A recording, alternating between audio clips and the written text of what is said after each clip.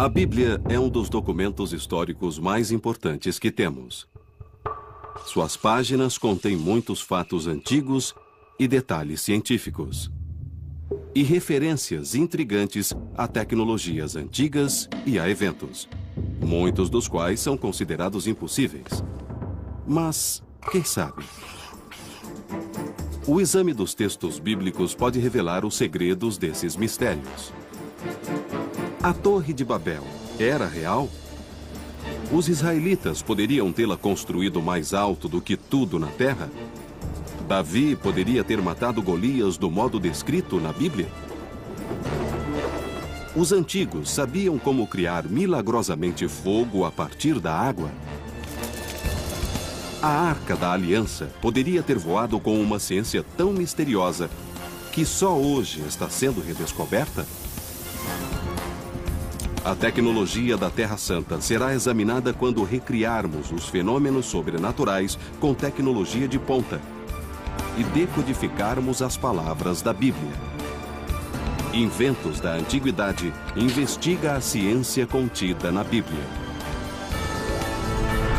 Inventos da Antiguidade.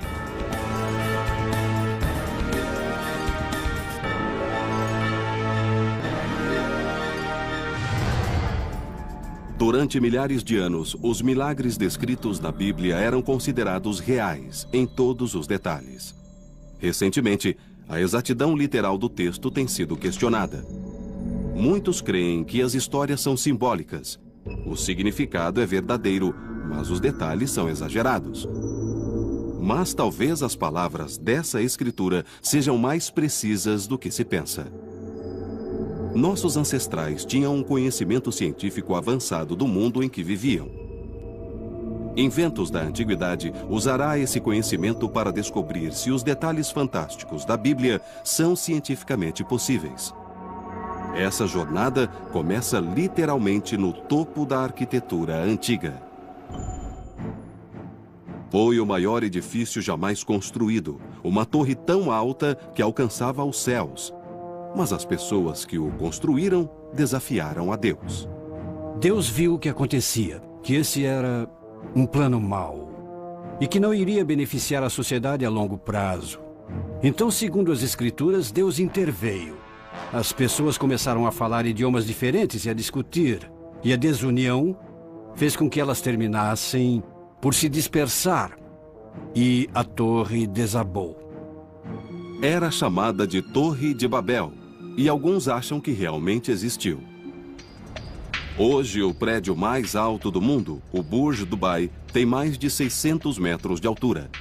A ciência poderá mostrar que a Torre de Babel era ainda mais alta? A Torre de Babel era como um dos arranha-céus que temos hoje em nossas cidades, nos quais muitas vezes o topo está coberto pelas nuvens. Eles diziam que era tão alta que chegava aos céus. Vamos edificar uma cidade com uma torre que alcance os céus. Os historiadores e arqueólogos modernos acham que a história é um exagero. Mas e se a ciência provasse que os antigos tinham tecnologia para uma construção tão grande? É crucial testar as técnicas e materiais antigos para descobrir seus limites. Usando informações extraídas da Bíblia, os pesquisadores usarão a ciência moderna para calcular até qual altura os engenheiros antigos podiam construir. A história diz que, quando eles foram construir a torre, utilizaram tijolos. Que altura um prédio de tijolos antigos poderia ter? Se alguém quisesse descobrir a altura de um prédio que se poderia construir com um material frágil como tijolos, poderia ter uma ideia sobre isso, calculando o peso de um tijolo e depois descobrindo quantos tijolos poderiam ser empilhados, mesmo antes que começassem a rachar demais até cair e o alicerce não suportasse e começasse a desabar. O primeiro passo é reproduzir um tijolo antigo. Lynn Hobbs é professor de Ciência dos Materiais no Instituto de Tecnologia de Massachusetts. Ele está fazendo um tijolo de argila seco ao sol com a técnica usada há 3.000 anos. palha e areia são acrescentadas para dar liga à argila e fortalecer o tijolo. O próximo passo é secá-lo, e o modo mais fácil de fazer isso é deixá-lo ao sol, para que o tijolo endureça. Para calcular a altura máxima de um prédio feito com esses tijolos, é preciso descobrir a resistência de um tijolo. Para isso, o professor Hobbs usa uma prensa que aperta o tijolo até que ele quebre. A carga máxima que este tijolo suportou foi de 400 quilos em 12 centímetros quadrados. Esse é o peso que um único tijolo pode suportar verticalmente. Isso significa que um tijolo colocado poderia suportar 400 vezes 5 ou 2.000 quilos. Cada tijolo pesa 500 gramas e poderiam ser empilhados até 4.000 tijolos de altura. Se tivermos 4.000 tijolos, cada um com 3 centímetros e 7 milímetros de altura, teríamos 150 metros. 150 metros é a altura do Monumento de Washington, mas evidências arqueológicas sugerem que a Torre de Babel podia ser mais alta. O Iraque e a Síria atuais situam-se na Mesopotâmia Antiga, uma terra que ainda hoje tem ruínas de grandes estruturas chamadas zigurats. Os zigurats eram os arranha-céus da Mesopotâmia. No topo, havia templos onde se acreditava que os deuses moravam. Os que ainda existem hoje foram datados como sendo da mesma época da história da Torre de Babel. Eles foram construídos ao redor de 2000 a.C. Os zigurats ainda existem graças à sua sólida estrutura piramidal. Os zigurates fazem parte de uma antiga tradição. E assim as pessoas do antigo Iraque tinham muita experiência em lidar com as plataformas. Eles sabiam que para aumentar o peso das plataformas, era preciso expandir a base. Construções com uma base ampla, como as grandes pirâmides de Giza, sustentam o peso melhor do que as torres retas, pois são mais estáveis e podem ser mais altas. Uma pirâmide poderia ser 3 vezes mais alta do que uma torre. E se pegarmos 150 metros e multiplicarmos isso por 3, poderemos ter uma pirâmide de 450 metros feita com tijolos secos ao sol. 450 metros é quase meio quilômetro. Isso é surpreendente para um pouco de barro que foi escavado do chão. Uma estrutura em forma de zigurats feita com tijolos secos ao sol poderia ter 450 metros de altura, mais do que o edifício Chrysler, que é feito de tijolos. Mas a Torre de Babel poderia ser ainda mais alta. Uma tecnologia revolucionária era tão importante que foi mencionada na Bíblia. Disseram uns aos outros: venham, vamos fazer tijolos e queimá-los. A queima de tijolos muda drasticamente as propriedades do material e os torna muito mais fortes. A queima dos tijolos a 800 graus Celsius durante 24 horas, como se fazia na Mesopotâmia, aumenta a união das partículas de argila e resulta em um material muito mais forte. Mas quanto mais forte? E qual a altura possível para a Torre de Babel com a tecnologia dos tijolos queimados? O tijolo seco ao sol quebrou com 400 quilos, mas o tijolo queimado deve ser bem mais forte. Já pusemos 450 quilos sobre o tijolo, muito mais do que pusemos no tijolo seco ao sol. Dá para ver que começou a rachar em 900 quilos. Agora estamos em 2.250. Quase 3.000 quilos de pressão. Aqui está. Como deu para ver, quase explodiu. Isso significa que o tijolo queimado é 7,5 vezes mais forte do que o seco ao sol. O professor Hobbs vai usar os novos resultados nos cálculos para descobrir qual a altura possível com essa nova técnica. São 3.200 metros. Assim, em princípio, com tijolos queimados, é possível construir uma pirâmide com 3 quilômetros de altura até o céu. Isso é quase 5 vezes mais do que o atual prédio mais alto do mundo. Então, na teoria, os habitantes da Mesopotâmia podiam construir até os céus, tão alto que sofreriam os efeitos da altitude. Porém, na prática, teriam recursos para fazer isso?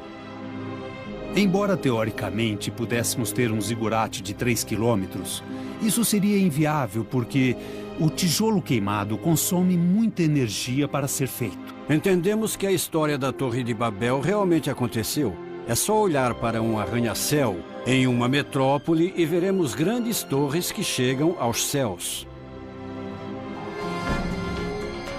Será que a análise moderna da Bíblia também poderá lançar nova luz sobre a história do pastor Davi, que matou sozinho o gigante Golias, e revelar a arma e a técnica que poderiam derrubar um gigante com um único golpe?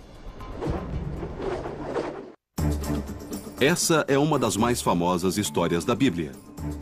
Uma força de ataque, com armas tecnologicamente superiores, era liderada por um guerreiro gigante, temido por todos, mas que foi derrubado por uma pedra atirada por um rapaz chamado Davi.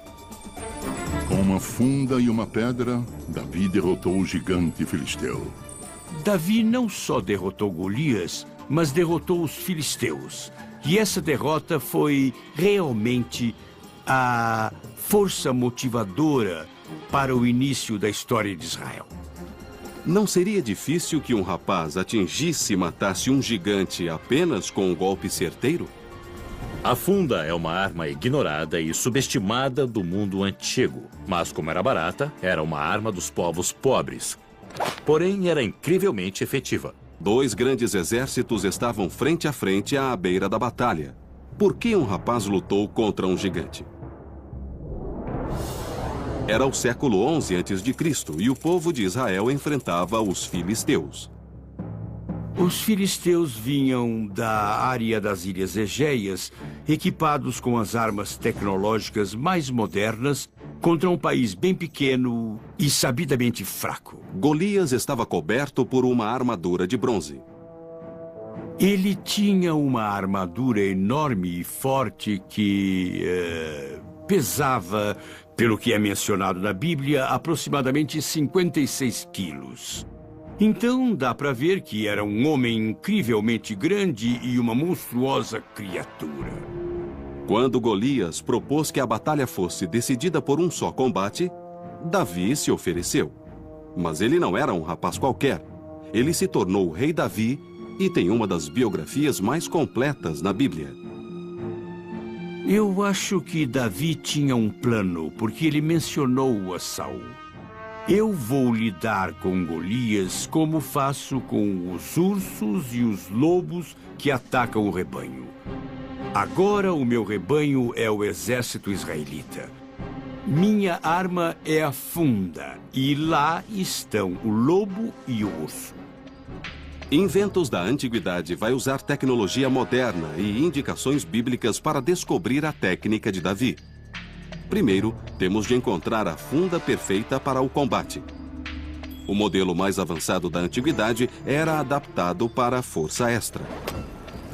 Este dispositivo que estou segurando é um fustíbalo, que é basicamente uma funda que está presa a um longo bastão.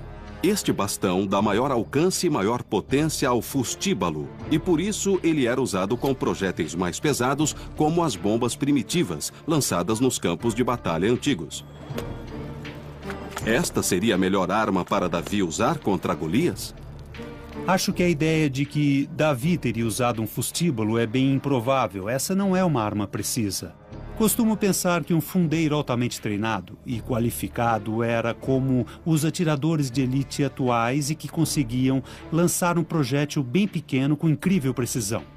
Então Davi precisava de uma funda.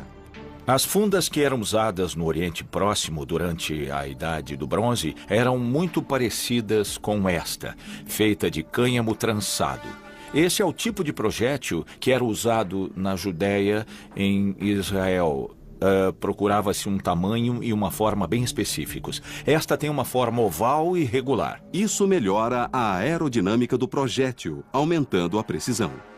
É preciso um certo peso para fazer com que o projétil fique no bolso da funda firmemente. Se for leve demais, ele irá cair quando se girar a funda para trás. Se for pesado demais, não irá muito rápido ao ser lançado. Então a pedra ideal fica entre esses dois parâmetros. Ele escolheu 5 pedras lisas no riacho e, com uma funda na mão, aproximou-se do filisteu. Agora temos uma funda e uma pedra similares às de Davi, e podemos testar a arma.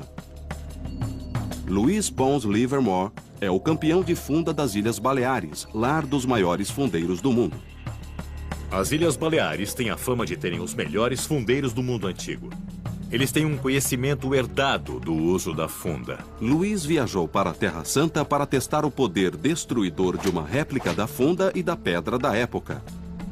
Ele está experimentando a técnica que Davi teria usado para derrubar Golias.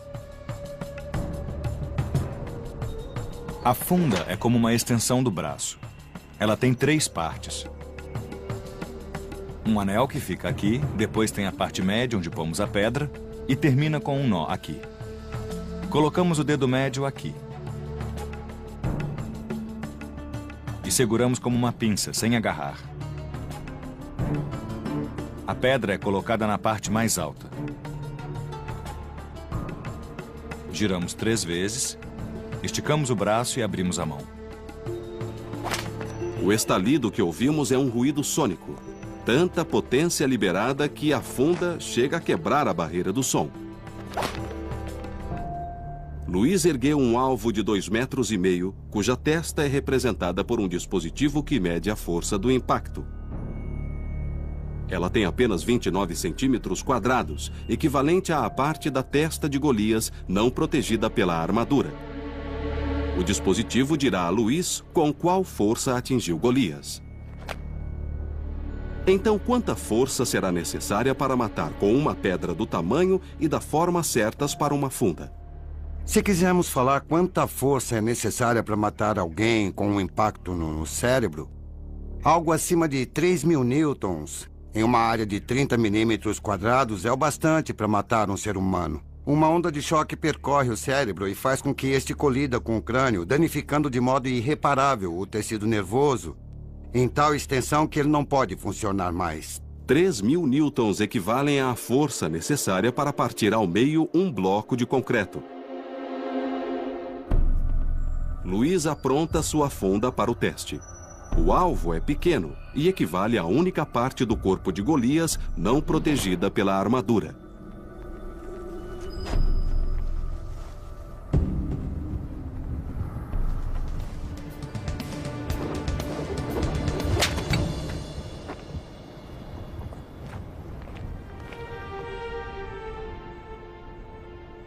3.620 newtons.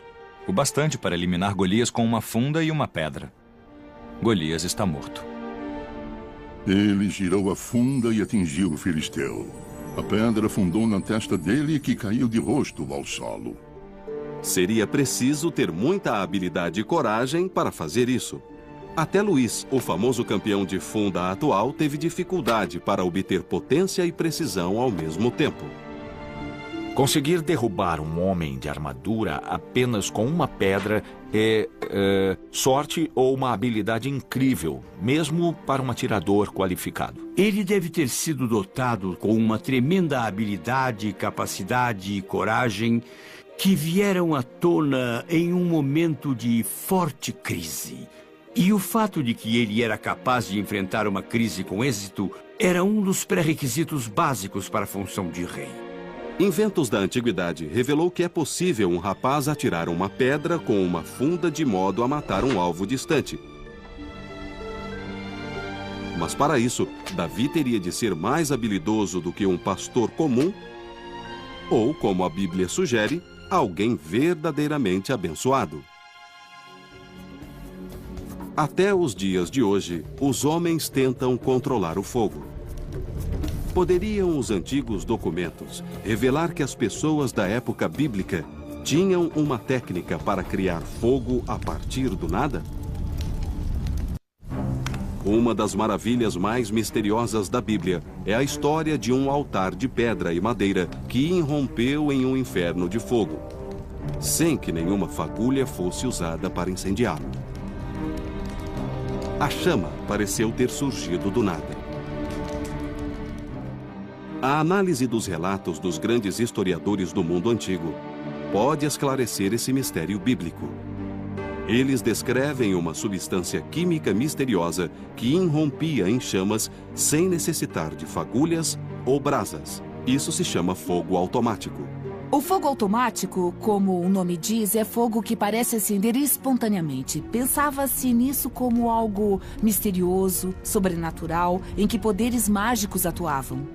Inventos da Antiguidade está investigando o fogo automático. A história começa há 3.000 anos no Monte Carmelo, em Israel. Segundo a Bíblia, os israelitas tinham rejeitado Jeová e adoravam Baal, o deus da chuva. Sobrara apenas um sacerdote de Jeová, o profeta Elias. Elias ficou diante do povo e disse: se o Senhor é Deus, sigam-no. Mas se Baal é Deus, sigam Baal. Mas as pessoas nada disseram. Ele tinha de propor um desafio e disse: venham, tragam os profetas de Baal e vejamos quem é o verdadeiro Deus. Então Elias lançou um desafio. Ele e os profetas de Baal erigiriam altares e evocariam seu Deus para incendiá-los. Ele disse aos profetas de Baal: construam um altar e façam suas preces. Eles fizeram isso, mas não tiveram resposta. Os profetas de Baal fracassaram e não houve fogo. Depois, foi a vez de Elias. Ele construiu um altar de madeira e pediu às pessoas que cavassem um fosso ao redor e o enchessem de água. Encham 4 grandes jarros com água e derramem sobre a oferenda e a madeira. Façam isso de novo, disse ele, e mais uma vez. Então ele rezou: salve-nos, ouça nossas preces. O fogo surgiu do céu e consumiu todo o altar. Elias os fez voltar a acreditar em Deus. Fogo em um altar embebido com água? Será possível que a água tenha aceso a chama? Usamos água para apagar o fogo, mas às vezes a água pode criar um incêndio. Qual substância teriam no mundo antigo com essa qualidade sobrenatural? Documentos do ano 232 a.C. contêm pistas sobre a substância mística do fogo automático. Júlio Africanus era um homem que morava em Jerusalém e falou sobre o fogo automático. Acho que isso provavelmente era uma mistura de nafta, enxofre e cal. Como isso era muito potente, as receitas do fogo automático sempre foram muito bem guardadas. O segredo permaneceu oculto por centenas de anos, até que no século I depois de Cristo, os historiadores romanos Plínio e Lívio escreveram sobre a mistura mágica que acendia com água. Usando esses relatos e as substâncias que descrevem, tentaremos descobrir o segredo do fogo automático. Tim Gallagher é o coordenador de química na Universidade de Bristol. Ele fez experimentos usando apenas as substâncias disponíveis na época de Elias. Temos 3 componentes: óxido de cálcio ou cal, enxofre e nafta. Esses são os componentes mencionados nos textos antigos. O enxofre e a nafta ocorrem na natureza e a cal vem da queima do calcário. Nós vamos tentar criar um fogo. Combinamos esses componentes e adicionamos água. O jeito mais fácil de começar um fogo com água é ter uma reação que gere muito calor.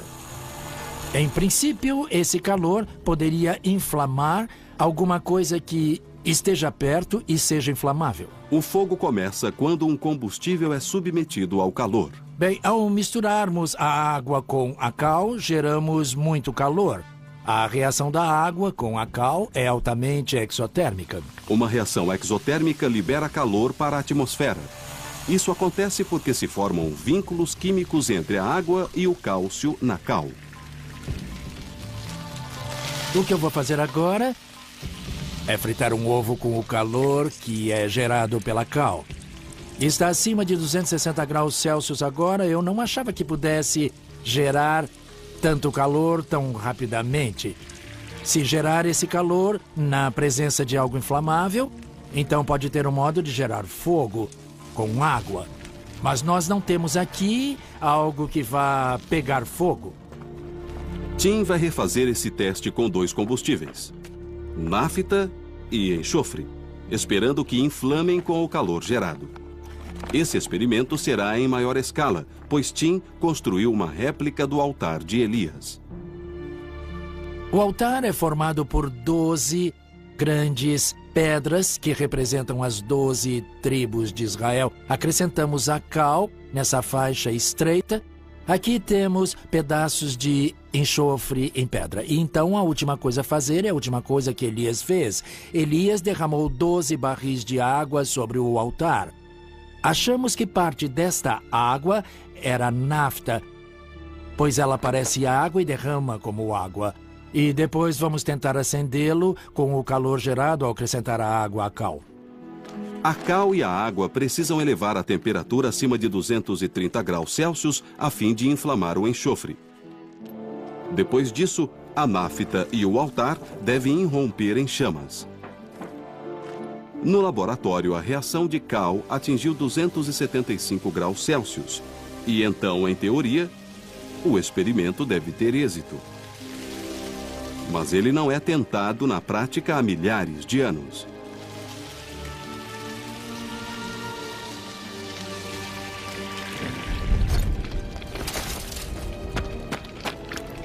Está pegando fogo e inflamando a nafta que irá espalhar o fogo. Dá para ver que está se espalhando. E que tudo vem da faixa de cal na ponta do altar. Agora podemos ver que o fogo está realmente começando a aumentar. Isso não prova que foi assim que Elias criou o fogo, mas prova que esse seria um modo possível para criar o fogo. Os antigos conheciam a cal, sabiam da reação entre a cal e a água. Havia nafta disponível, então, com certeza, essa era uma maneira possível de utilizar o conhecimento de química para poder criar fogo usando a água. Milhares de anos atrás, as pessoas conheciam as substâncias e suas reações. Mas nunca saberemos quanta sabedoria secreta está perdida para a ciência. Outro segredo da época diz respeito a uma das primeiras armas biológicas. Um mel tóxico usado pelos exércitos antigos para envenenar o inimigo. Abelhas, vespas e marimbondos assustam todos nós. Ainda hoje, as abelhas matam 100 pessoas todos os anos. Na época bíblica, os líderes usavam esse medo para aterrorizar o inimigo. Na Bíblia, se ler todas as referências a abelhas, você verá que algumas delas apresentam as abelhas como um perigo e mesmo uma arma de guerra. Eu enviarei vespas à sua frente e isso afastará os hivitas, os cananeus e os hititas de seu caminho. As pessoas criaram várias formas de usar abelhas. Elas as prendiam em pequenos potes de barro, que eram como granadas de mão. Elas prendiam colmeias a catapultas e as atiravam nas cidades. Um relato antigo do historiador grego Strabo mostra que essa arma tinha outras aplicações. Em 67 a.C., ocorreu algo no norte da Turquia que os historiadores ainda debatem. Um dos exemplos mais estranhos da guerra biológica foi usado contra os romanos e envolvia uma engenhosa armadilha. Aconteceram formas diversificadas de lutas por poder durante a história romana. Muitos reis estavam descontentes com seu quinhão e se rebelaram. Uma dessas rebeliões foi liderada pelo rei Mitridates, que era um dos maiores inimigos de Roma. Ele dava mesmo trabalho aos romanos. O general romano Pompeu, o Grande, liderou um exército contra o rei Mitridates. Depois de um ano de batalha, os exércitos chegaram ao norte da Turquia. Os romanos estavam em vantagem e Mitridates recuou, mas ele foi muito esperto e deixou potes de mel ao longo do caminho. Os romanos avançaram e encontraram o que consideraram um tributo do inimigo mais fraco. Comeram o mel, mas ele era intensamente tóxico. Esse mel poderia ser uma arma biológica? Os soldados ficaram um pouco loucos, como se estivessem altos, bêbados e muito agitados. Depois, alguns vomitaram e tiveram diarreia e ficaram muito agitados de novo. Isso tudo durou uns 3 dias. A própria Bíblia contém um alerta sobre essa arma biológica. Você achou mel? Coma apenas o necessário, pois se comer demais, irá vomitar. Como o mel pode ser tóxico? A resposta está nos arbustos de rododendro comuns no norte da Turquia. Existem muitos exemplos de toxinas naturais e o arbusto de rododendro é capaz de produzir toxinas naturais. Essas toxinas são chamadas terpenoides e estão no néctar coletado pelas abelhas. Esses terpenoides podem se incorporar ao mel feito com um néctar que as abelhas coletaram nos arbustos de rododendro. Para entender como a intoxicação por terpenoides afeta o corpo, Inventos da Antiguidade achou uma cobaia humana, o ex-militar David Shaw. Ele tomará 400 mililitros de uma solução de terpenoides sob supervisão médica. Eu tô bem ansioso mesmo.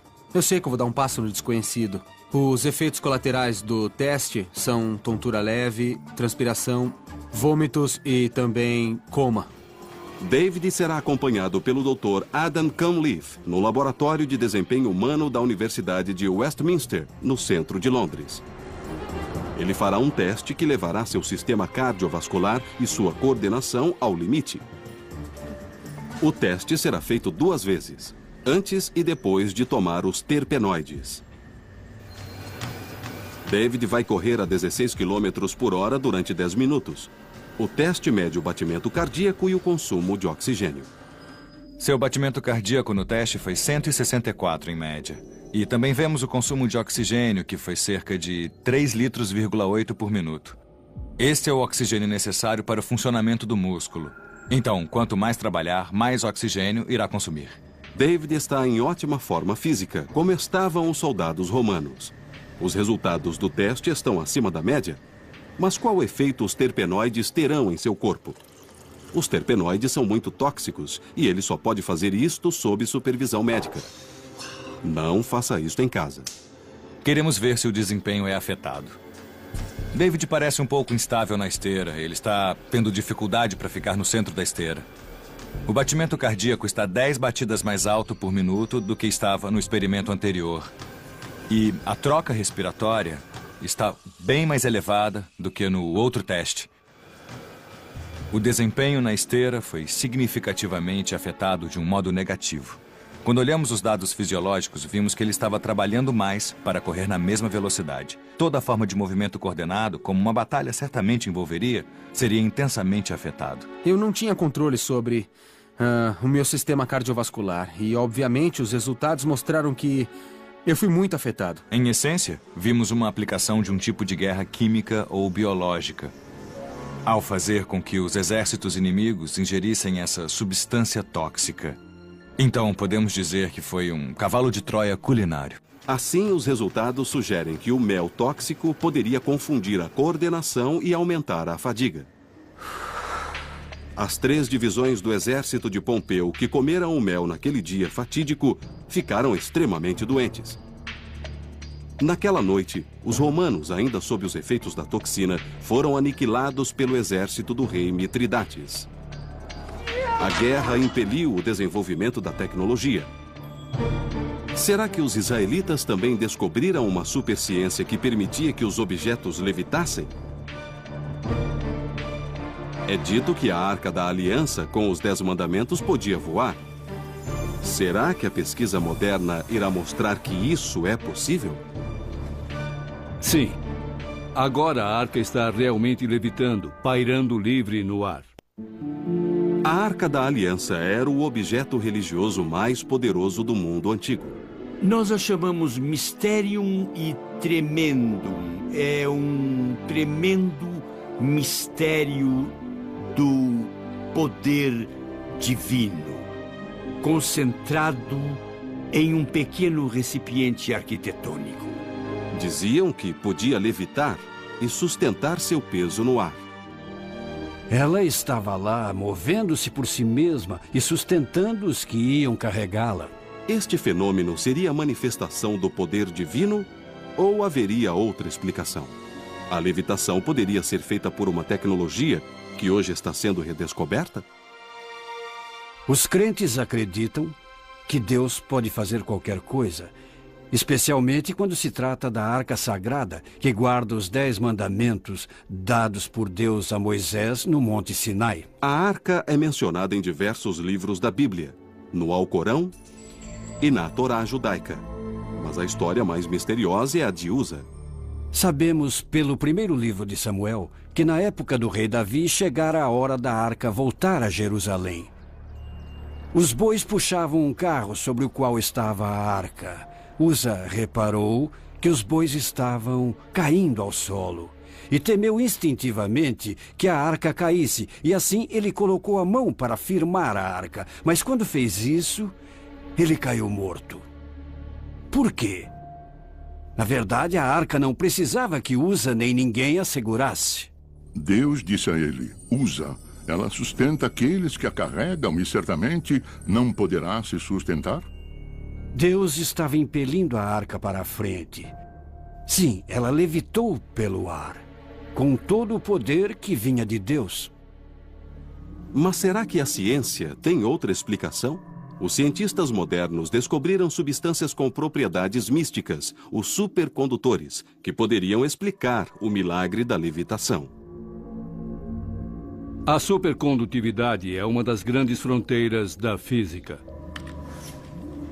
O professor Tom Johansen, da Universidade Oslo, na Noruega, está investigando a levitação por supercondutores. Eu tenho um ímã aqui, e se ele estiver perto do supercondutor, quando eu esfriar o supercondutor, o que vai acontecer é que ele reconhece que existe um campo magnético ao redor e vai reagir a isso. Essas propriedades do supercondutor criam um efeito de levitação estável, que funciona sob condições muito específicas. Existem muitos materiais que são supercondutores naturais. Por exemplo, alumínio, chumbo. Muitos elementos são supercondutores. Os materiais supercondutores eram comuns no mundo antigo. Mas é preciso esfriá-los muito para obter essas propriedades. As substâncias são supercondutoras abaixo de uma temperatura crítica. E para aumentar esse limiar, os metais são combinados em ligas. Tenho aqui um pedaço de óxido de cobre, bário e ítrio. E este material tem de ser esfriado abaixo de 91 Kelvin para chegar ao estado supercondutor. Isso pode ser atingido simplesmente derramando nitrogênio líquido. 91 graus Kelvin equivalem a menos 180 graus Celsius. Posso pegar o ímã e aproximá-lo. Mas se agora eu tirar a minha mão, ele ficará no ar. Levitação magnética por supercondutividade. Mas como um ímã se opõe à força da gravidade? James Dean, um especialista em esquemas tridimensionais, está usando uma tecnologia criada especialmente para inventos da antiguidade. Quando um supercondutor é esfriado abaixo do ponto crítico, o modo em que a eletricidade flui nele muda. Se pegarmos esse supercondutor e colocarmos na presença de um campo magnético, veremos que as linhas de campo do ímã estão introduzindo um fluxo de carga elétrica no supercondutor. Essas correntes formam tornados de carga ou vórtices no campo magnético que passa por elas. Se nos aproximarmos para olhar de perto, dá para ver que os vórtices de corrente que o campo magnético induziu estão passando por todos os pequenos defeitos que encontram no supercondutor. Esses defeitos prendem os vórtices e, portanto, o campo magnético no lugar. Se nós movermos o ímã, vamos mover também o campo magnético com ele. Isso significa que os vórtices serão arrastados de seus lugares e vão resistir ao movimento. E se empurrarmos e puxarmos, podemos ver que está tentando voltar ao seu lugar. De fato, vemos que qualquer força que tente mover o ímã e o campo magnético encontrará uma força oposta que tenta colocá-lo em seu lugar de origem. Na levitação estável, as forças que prendem o campo magnético se opõem à própria força da gravidade. Assim, o ímã está preso no lugar porque o campo magnético está preso e ele levita sobre o supercondutor. Se o supercondutor se mover, o ímã irá segui-lo voando à mesma altura ao longo de um plano. O ímã não só levita, mas também se move de modo estável no ar. Será que os israelitas dominavam essa ciência 3.000 anos atrás? Quase sempre, ao olharmos a antiga tecnologia, nos surpreendemos com a engenhosidade e a habilidade que tinham na produção de objetos. A metalurgia dessa época era muito sofisticada. A guerra no Oriente Médio Antigo impulsionava o progresso. Os processos de fundição buscavam produzir ligas melhores para as armas. Será que os israelitas descobriram essa ciência por acaso? Essa não seria a primeira tecnologia antiga a intrigar os historiadores. Bem recentemente examinamos as pontas de lança da Idade do Bronze e sua fundição refinada. Tentamos encontrar uma fundição moderna que pudesse reproduzi-las. Todas tiveram muitos problemas para chegar perto da qualidade que os antigos metalúrgicos obtinham. Será que a Arca da Aliança levitava com uma tecnologia perdida? Faremos um teste. Tom construiu um modelo da arca e irá usar a levitação estável. Levitar a arca é um grande desafio porque é um objeto grande e pesado. E isso nunca foi feito antes. Eu prendi 4 ímãs fortes no fundo da arca e eles vão interagir com os supercondutores que vemos aqui. Coloquei um espaçador no meio para ter um vazio entre a arca e o supercondutor que vou esfriar.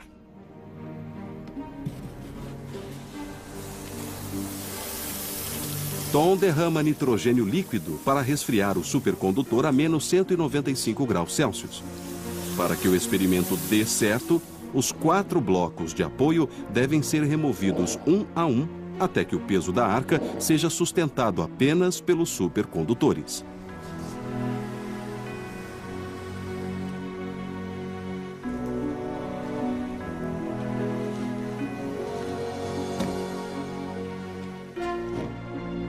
Sim. Agora a arca está mesmo levitando uns 15 milímetros acima do supercondutor, pairando livre no ar. Se eu tocá-la e empurrar para o lado, ela vai oscilar uns 2 ou 3 milímetros. Se eu pressionar com a mão e empurrar para baixo com bastante força, ela quase não se move. Seria preciso um peso maior. Os supercondutores podem criar levitação. Mas será que os antigos sabiam disso 3.000 anos atrás? A física da levitação magnética com supercondutores é obviamente parte das leis da natureza e é assim desde sempre. A descoberta da supercondutividade foi acidental. Ainda hoje as coisas acontecem assim. Mas como os cientistas antigos esfriariam os supercondutores a centenas de graus negativos? Talvez eles conhecessem materiais supercondutores em temperatura ambiente. Não existe nenhum princípio físico que impeça a supercondutividade em temperatura ambiente. Pode ser que as pessoas não conhecessem esse material, mas não podemos dizer que fosse impossível. Deus trabalha de diferentes modos e às vezes podemos ter um feito extraordinário vindo do céu. Às vezes vemos algo que está nas leis da natureza acontecer. Os dois vêm de Deus. O fato de a arca poder mover-se sozinha é um testemunho da grandeza de Deus. Não é mágica, mas é uma física muito fascinante. A ciência moderna sempre ajuda a confirmar os detalhes e fatos que estão na Bíblia. Existem detalhes na ciência moderna que são incompatíveis com os relatos bíblicos de eventos, mas quase sempre a ciência moderna pode ajudar a fortalecer a fé e confirmar o que está na Bíblia. Os mistérios da Bíblia intrigam cientistas e historiadores há milênios. Mas o Livro Santo também traz pistas para antigas civilizações, culturas e tecnologias dos tempos bíblicos. Os estudiosos modernos usaram essas evidências para pesquisar a história e mostrar que os antigos dominavam a química, a metalurgia, armas biológicas e tinham tecnologia para construir até os céus. o mundo moderno usa a tecnologia para reviver um mundo antigo e revelar a ciência contida na Bíblia.